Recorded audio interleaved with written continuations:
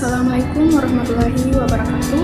Perkenalkan, nama saya Sinamagita Raitu, kelas 2D jurusan Pendidikan Guru Sekolah Dasar. Saya membuat tugas video ini untuk memenuhi mata kuliah konsep dasar fisika yang diampu oleh Ibu Dr. Novita Arifin, SPD, MPD. Dalam kehidupan sehari-hari, kita tidak pernah lepas dari cahaya. Ia hadir saat pagi menjelang, saat kita membaca buku, menyalakan layar, bahkan saat menatap langit penuh bintang. Tapi, apa sebenarnya cahaya itu? Bagaimana sifatnya, jenisnya, dan mengapa ia begitu penting bagi kehidupan? Dalam video pembelajaran ini, kita akan mempelajari definisi cahaya, jenis-jenisnya, sifat-sifat unik yang dimilikinya, manfaat dalam kehidupan sehari-hari, serta optika fisis. Hal pertama yang akan kita bahas yaitu definisi cahaya. Nah, apa itu cahaya? Cahaya adalah gelombang elektromagnetik yang membawa energi dengan panjang gelombang yang terlihat oleh mata manusia, yaitu antara 380 hingga 750 mm. Cahaya memiliki dua sifat utama, sebagai partikel dan sebagai gelombang. Namun, perlu dicatat bahwa cahaya tidak dapat menunjukkan kedua sifat tersebut secara bersamaan. Secara sederhana, cahaya memungkinkan kita melihat benda di sekitar karena cahaya dipantulkan oleh benda lalu masuk ke mata kita. Berikutnya, kita akan mempelajari tentang jenis-jenis cahaya. Secara umum, cahaya terbagi menjadi dua jenis, yaitu cahaya polikromatik dan cahaya monokromatik. Cahaya polikromatik adalah cahaya yang terdiri dari berbagai warna dan panjang gelombang. Salah satu contohnya adalah cahaya putih, yang dapat diuraikan menjadi beragam warna seperti kuning, biru, nila, dan ungu. Proses penguraian cahaya putih ini terjadi melalui fenomena dispersi. Di sisi lain, cahaya monokromatik adalah cahaya yang hanya memiliki satu warna dan satu panjang gelombang. Cahaya ini tidak dapat dipecah lagi menjadi warna lainnya. Contoh cahaya monokromatik mencakup cahaya merah dan ungu. Kemudian kita masuk pada sifat-sifat cahaya. Di sini saya membahas 5 sifat cahaya. Yang pertama, cahaya dapat merambat lurus.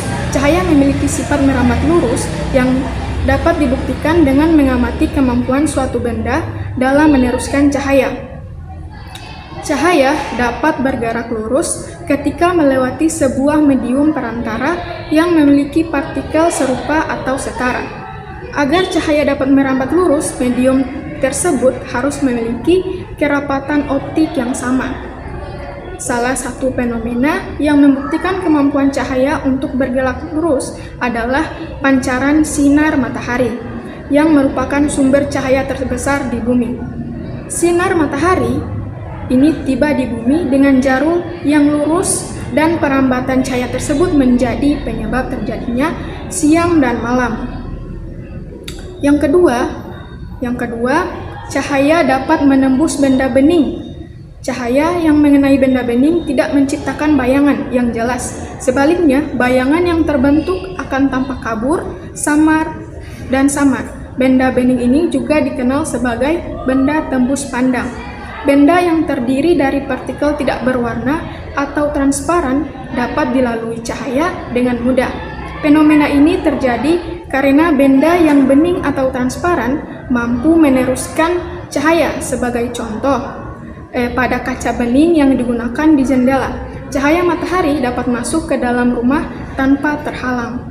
Kita masih dapat melihat keluar melalui kaca jendela tersebut karena cahaya dapat merambat masuk dan tertangkap oleh mata kita. Sifat cahaya yang mampu menembus benda bening dapat dimanfaatkan untuk berbagai kepentingan, antara lain penerangan dalam rumah pada siang hari, karena cahaya dapat menembus kaca jendela dan genting kaca.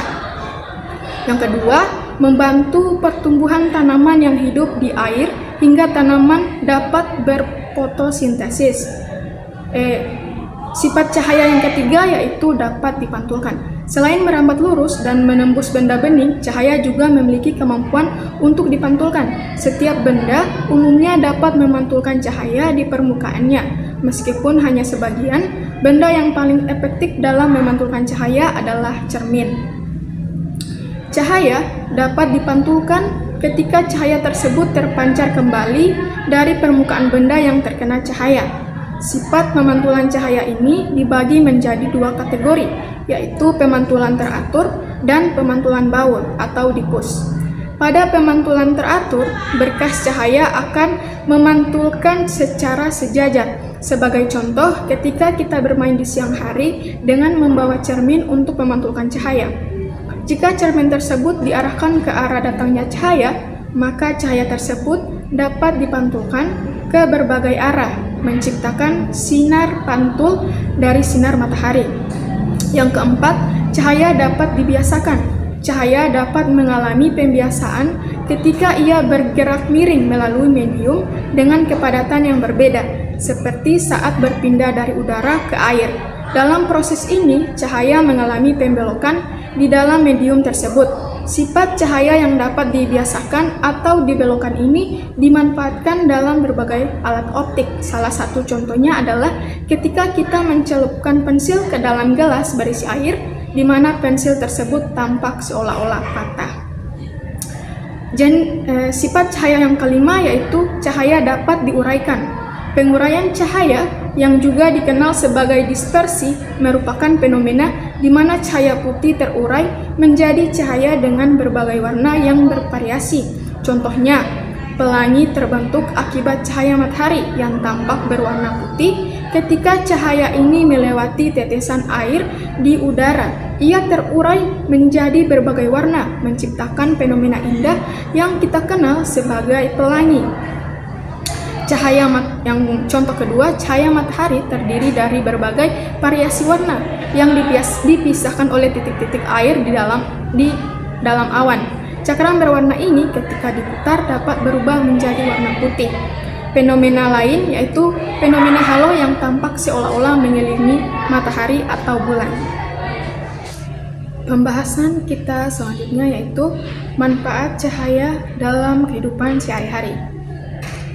Sifat-sifat cahaya dapat dimanfaatkan untuk membuat berbagai alat seperti periskop, teleskop, kaleidoskop, dan loop.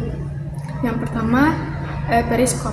Di dalam kapal selam yang berada di kedalaman laut, awak kapal dapat mengamati permukaan laut dengan memanfaatkan periskop. Periskop ini bekerja berdasarkan prinsip pemantulan cahaya. Cahaya yang berasal dari permukaan laut akan ditangkap oleh sebuah cermin yang kemudian memantulkannya agar dapat dilihat oleh pengamat di dalam kapal selam. Alat yang kedua yaitu teleskop, bekerja dengan prinsip yang hampir sama dengan periskop. Alat ini dilengkapi dengan dua lensa yang mampu membiasakan cahaya sehingga objek yang jauh dapat terlihat lebih dekat. Teleskop pertama kali diciptakan pada tahun 1608 oleh ahli Belanda bernama Hans Lippershey. Setahun setelahnya, Galileo Galilei berhasil menyempurnakan desain teleskop tersebut. Berkat perbaikan ini, teleskop kini dapat digunakan untuk mengamati bintang-bintang di langit. Alat yang ketiga, kaleidoskop, adalah sebuah permainan yang terbuat dari cermin. Melalui alat ini, kita dapat menciptakan berbagai pola yang menakjubkan.